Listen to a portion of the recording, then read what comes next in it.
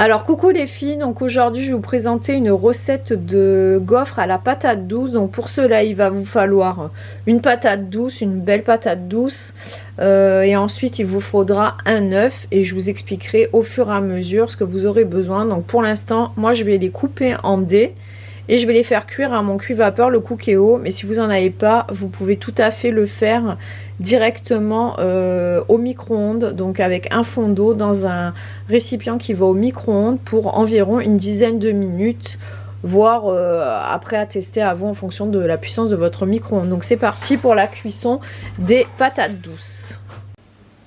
Alors une fois vos patates cuites, vous avez juste à les écraser pour faire une purée. Voilà. Donc moi j'écrase avec cuillère, mais bon avec une fourchette, enfin bref, avec ce que vous voulez. On va pouvoir ensuite rajouter les ingrédients style sel, poivre. Après vous mettrez les épices de votre choix. C'est à vous de décider. Poivre. Moi je vais mettre un peu d'épices chili dedans pour un peu relever le tout.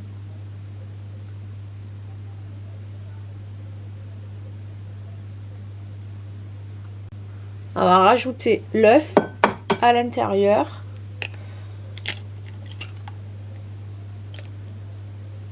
Voilà, on va bien mélanger le tout. Et une fois que ça c'est fait, je vais pouvoir faire chauffer mon gaufrier pour justement mettre la pâte à l'intérieur. Donc vous verrez, c'est quand même assez rapide à faire.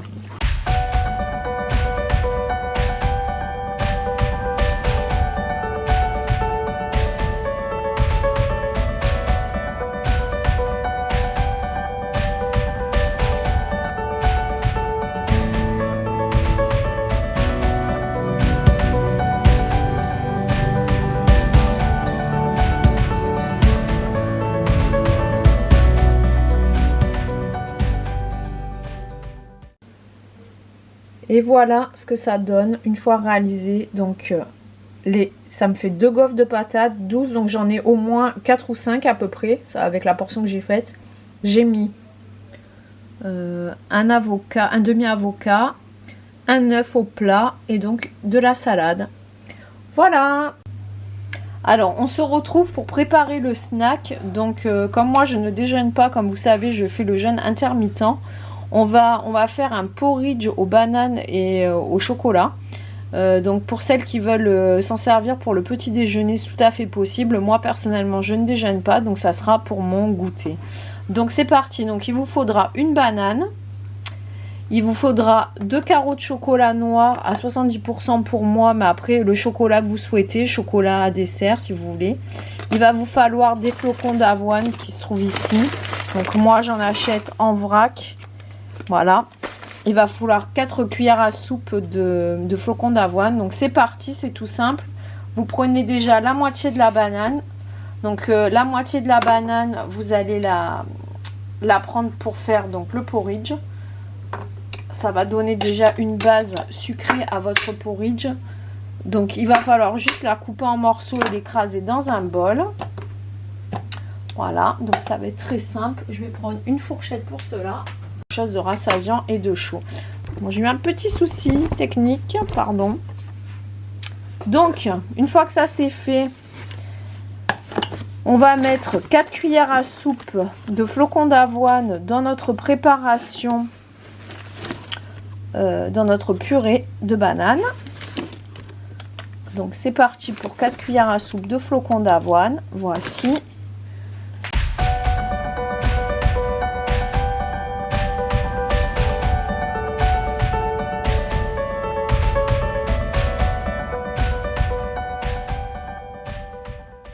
Donc une fois que vous avez, je sais pas si vous voyez bien, je vais mettre comme ça. Donc j'ai mélangé donc le tout. Je vais rajouter à l'intérieur mes 2 carreaux de chocolat noir. Vous pouvez rajouter du sirop d'agave, du sirop d'érable dedans. Moi personnellement je ne le fais pas parce que je trouve que c'est assez sucré. Donc, et ça part au micro-ondes pour au moins 5 bonnes minutes, à vous de voir en fonction de votre micro-ondes. Et surtout, il faudra qu'il n'y ait plus de liquide pour que ça soit prêt. Alors voilà, au bout de environ 5 minutes, je ne sais pas si vous voyez bien la consistance. Vous voyez, ça a absorbé quasi toute l'eau. Après, je vous dis, ça dépend de la texture que vous souhaitez par rapport à vos goûts. Mais maintenant, on va passer au dressage, au topping. Et c'est parti. Donc là, on va pouvoir justement utiliser notre banane pour mettre en topping.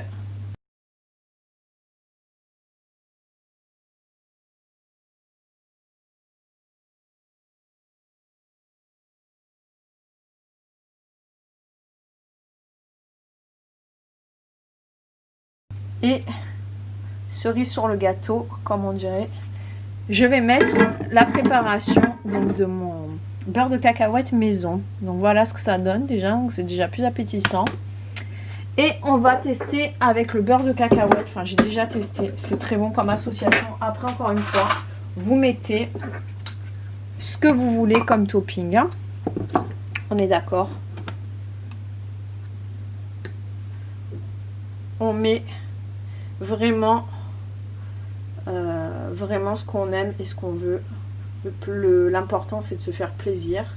Comme je vous le dis souvent, c'est pas parce qu'on veut manger sainement qu'on est obligé de manger des haricots verts et des salades. Hein. Voilà, faut se faire plaisir dans la vie. Donc voilà, voilà pour mon topping. Voilà, c'est très bon. Et je vais vous dire, je vais me régaler pour ce snack d'aujourd'hui et pour ceux qui veulent le réaliser pour le petit-déj aussi. Ça va être au top, riche en protéines, en fibres et en bons nutriments. Voilà!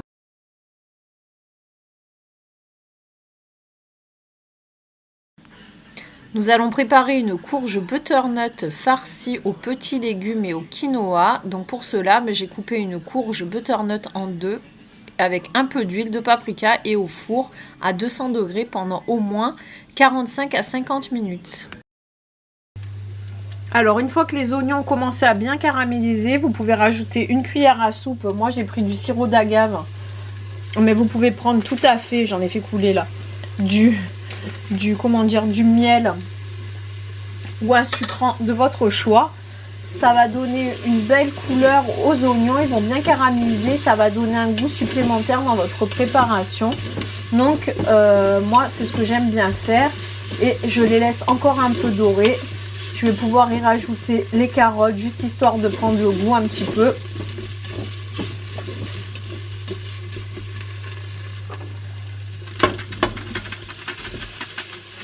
Qui sont pré-cuites. Hein. Je continue à faire dorer tout ça. Encore quelques minutes. Alors là, j'ai rajouté mon quinoa que j'ai au préalablement égoutté et rincé 3 fois. Je le fais un peu dorer avec le reste de légumes. Pendant ce temps, j'ai fait bouillir 300 ml d'eau avec un bouillon cube de légumes. Et après, ça va partir en cuisson.